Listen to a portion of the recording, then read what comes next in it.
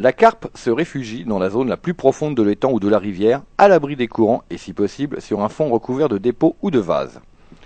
Dans les lacs très profonds, dépassant les 30 ou 40 mètres, c'est vers une profondeur de 15 à 18 mètres qu'elle semble se sentir le plus à l'aise. Plus qu'ailleurs, en lac ou en gravière, le sens de l'observation et la connaissance des mœurs et habitudes alimentaires des carpes sont primordiales.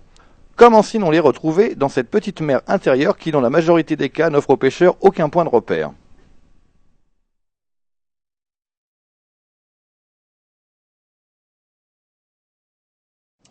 Nous sommes dans l'Oise, tout près de Compiègne, à 10 km de Compiègne, sur les étangs des champs d'Ourscan.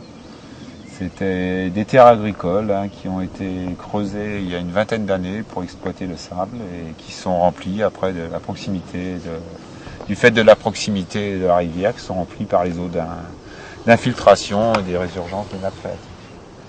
Ce plan d'eau a été empoisonné à l'origine par des petits poissons et mis assez rapidement à l'exploitation par monsieur et madame Cantillon. Nous sommes, oui, vraiment effectivement dans une nature sauvage, vierge, à 10 km de Compiègne. On est combien à 5 km de l'autoroute à peu près, 1 heure de Paris.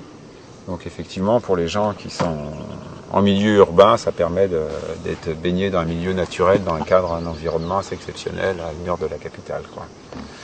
Bon, disons qu'un étang normal d'exploitation, au niveau de son cheptel, toute espèce de poisson confondu doit accueillir à peu près 350 kg de poissons à l'hectare.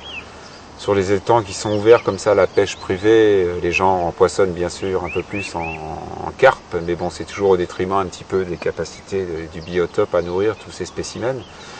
On peut passer à 250 kg, 300 kg de carpe à l'hectare. Mais bon, il arrive certains plans d'eau exceptionnels, je ne pense pas que ce soit le cas sur cette pièce d'eau, qui des fois arrive jusqu'à des chiffres de 500-600 kg de poissons à l'hectare. Mais bon, là, c'est complètement insensé, puisque le poisson n'a jamais assez de nourriture naturelle pour pouvoir subvenir à ses propres besoins alimentaires. Il y a quand même une quantité de poissons assez importante qui ont été rapportés, donc on a un cheptel vraiment très très conséquent de poissons qui, du fait de l'ancienneté du plan d'eau, ont pris du poids. C'était des carpes qui ont été mis il y a 20 ans qui devaient faire 3, 5, 6 kilos, donc maintenant il se prend des poissons au-dessus de 15 et il y a quelques poissons au-dessus de 20 kilos sur les pièces d'eau.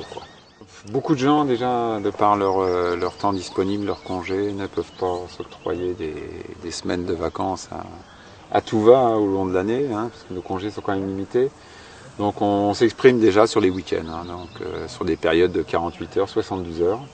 Disons que c'est une période, je dirais, un petit peu minimum pour trouver le poisson, pour l'intéresser à nos appâts, essayer de comprendre un petit peu le milieu, l'intéresser et l'obliger, l'amener à se nourrir de nos appâts.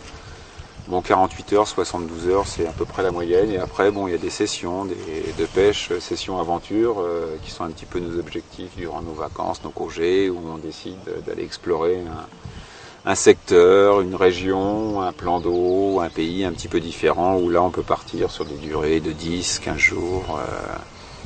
Mais bon, je connais certains pêcheurs qui, de par leur vie familiale, professionnelle, des fois s'octroient 3-4 semaines au bord de l'eau.